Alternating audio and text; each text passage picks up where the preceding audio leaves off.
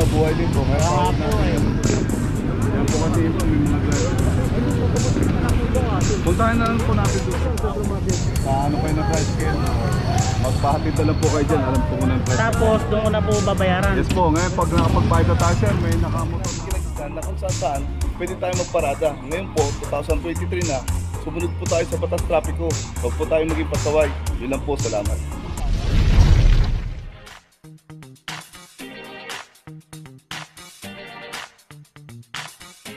Papajo TV!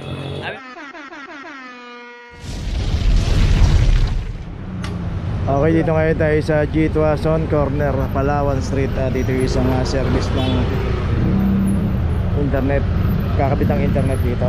2375.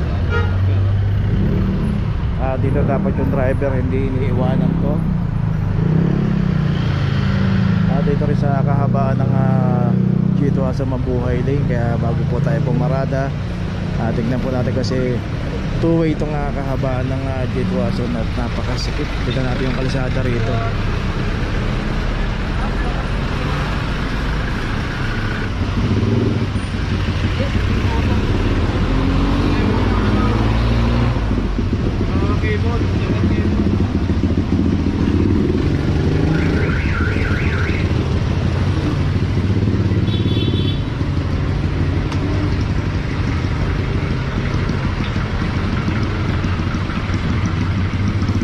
Ito may notice na rin.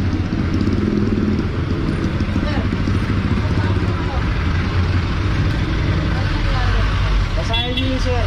Nandun lang. Okay, tuloy na po tayo. Location natin, Maseda, corner Kalambayo. Si Kuya tinatawag ko yung driver dito. Pero hindi rin umabot at hindi wala rin lumabas sa driver. At ito naklampang walang driver.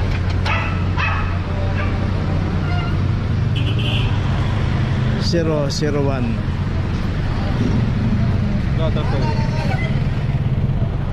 isang Nissan X-Trail. Dito po sa operation kung sino po yung aabutan, walang driver. At naklam na po ng walang driver, matig na po yan.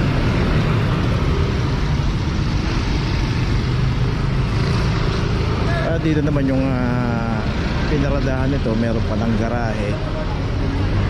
Bakit hindi pinasok sa loob? Advantage po yan pagka may mga garahe tayo.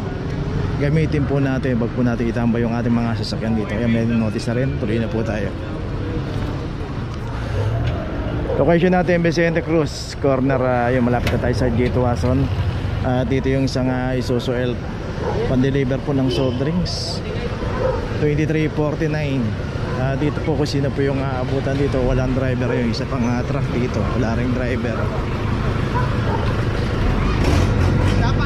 Ito, pulasan na may mga driver dito. Ayan, ayun pa.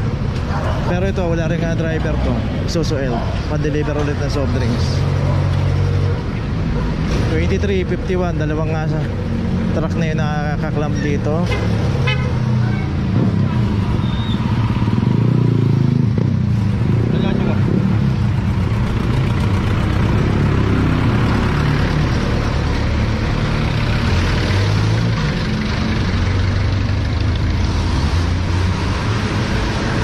Nakita natin yung volume na dumadaan ng mga sasakyan dito sa kahabaan ng Vicente Cruz.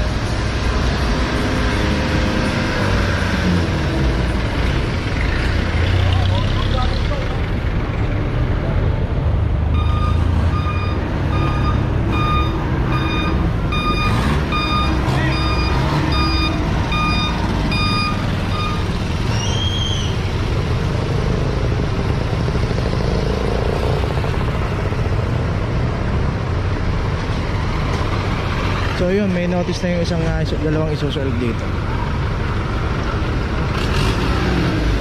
Okay, tuloy na po tayo. May driver yung dalawa. Yan, tuloy na po tayo. Vlogger. Location natin, Dapitan corner, San Antonio Street. Dito naman yung isang expander. Ito meron na rin aklam 2352. Dito yung mga walang driver, makikita natin may signage dito, no parking. Dito nga kung sino po yung aabutan. Dito rin merong eskwelahan dito, makita na University of Santo Tomas. Dito po pagka inaabot tayo. Saka dito may mga signs no parking clamping zone. At kung paparada tayo, matatagalan tayo. Mas maganda po pumarada na lang tayo sa mga pay parking diyan sa may Navarra Street, Astoria Street at Santander Street. Mga pay parking po yan, secondary road. Hindi po nagkaklampang clamping operation dyan. Pero pagka dito po tayo inabot, matik na po yan. Dito rin sa kahabaan ng Dapitan, marami po kasing kainan dito. May mga coffee shop,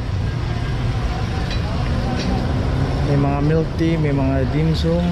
At dun nga iba rito kumakain, pero bawal po kasing pumarada rito. Mabuhay din po itong kahabaan ng Dapitan. Ito plastic. Ay, natin dito.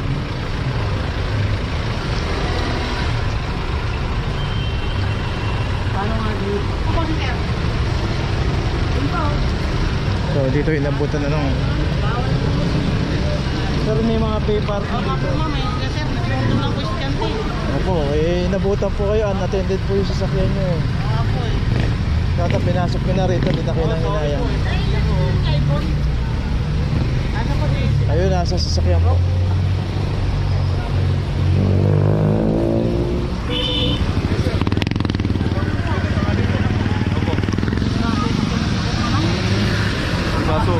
Kaso sir, dito sa Dapitan mabuhay din po. Kaya yan po kasi ito, may mga driver. Puntahan na lang po natin doon sir sa Central. Diyan lang po sir, Central Market. Ano kayo ng price scale? Magpahatid na lang po kayo dyan, alam po kung ng price. Tapos doon ko na po babayaran. Yes po, ngayon pag nakapagbayad na tayo sir, may nakamotor na locker na mag-anak po niyan, tatawagan na lang po sila. Paano po? Saan ko tatawagan yun? Hindi sir, ang office na po tatawag sa naka-sun locker. Pag nakapagbayad. lang po. Ay sir, sakay po kayo dyan, straight po na. Okay, sir. Central Market sir. Tahan pa natin isang anak lang dito.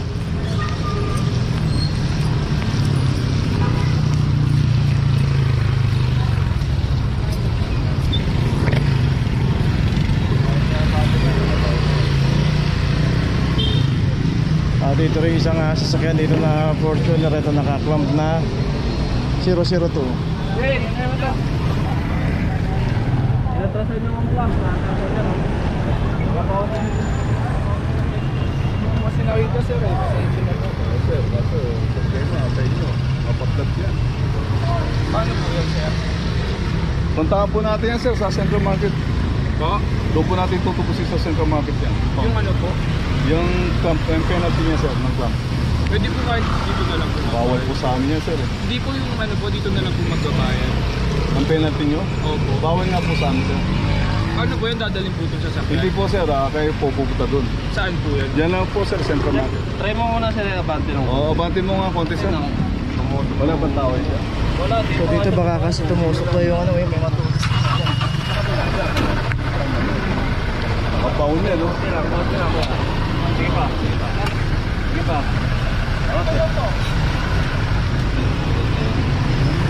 May mga tulis na bagay doon. Tol, ano mo nga tol, kung mapupunot mo tol.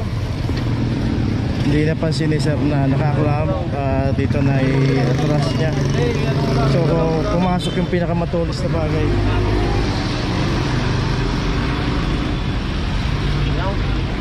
Meron tingnan.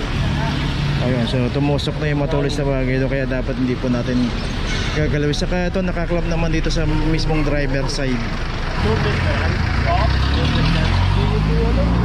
Tatay ko po kasi yun eh.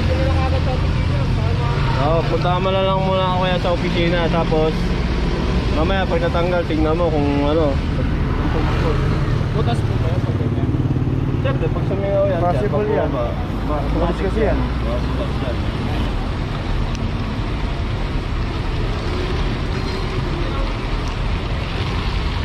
Saan po yun, sir?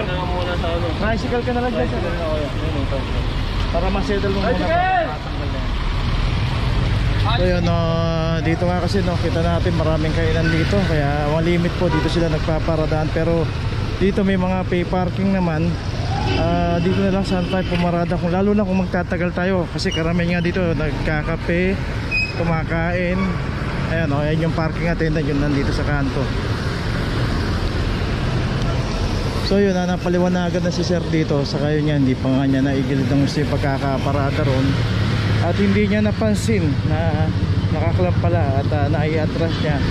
Kumapit yung clamp, yung pinakamatulis na parte ron, kaya tumusok ata doon sa gulong. At yun namang clamp, kita naman natin naka-clamp yun sa mismong driver side. Okay, tuloy na po tayo. Location natin, Loyola Street, corner Arpapa.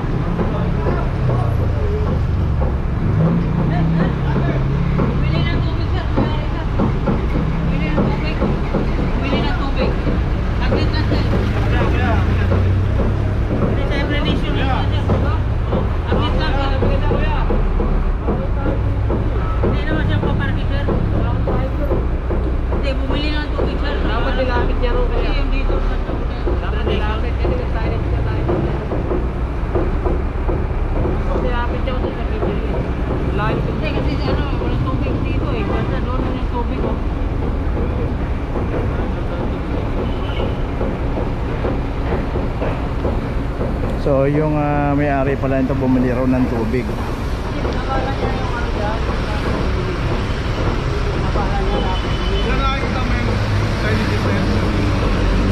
So yun nga, makikita ka natin may signage no? Kasi dito meron pong ginagawa na building dito. At meron pong mga mixer dito.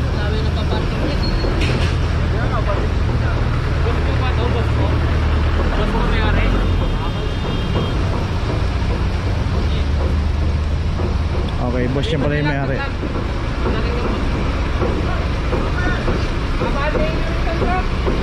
So dito, yun, pumapasok yung mga mixer nila rito. Yung signage pa na mga driver yung bawat isa. So dalawa pala yung mixer dito. Okay, tuloy na po tayo. Saka yung isang sasakyan dito pa rin tayo sa Loyola Street. Ito yung Arpapa Street. Dito makikita natin nakaparada yung isang Mitsubishi L300 dito, 2340. Dito may makikita tayong parking ticket. Dito sa kahaba ng Loyola Street wala pong naninikit dito. Saka yung pinaradaan nito, ito makikita natin may signage dito, no parking, clamping zone, mabuhay lane. At wala rin driver to.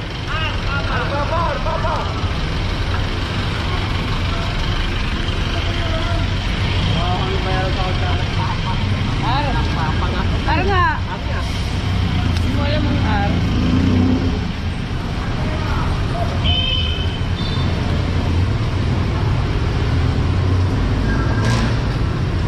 Ayun. Pagkakalo lang agad sa opisina dito.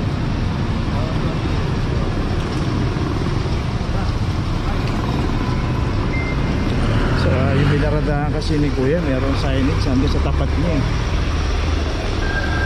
Okay, tuloy na po tayo. Okay, dito na ngayon tayo sa opisina ng clamping, sa impounding dito sa Central.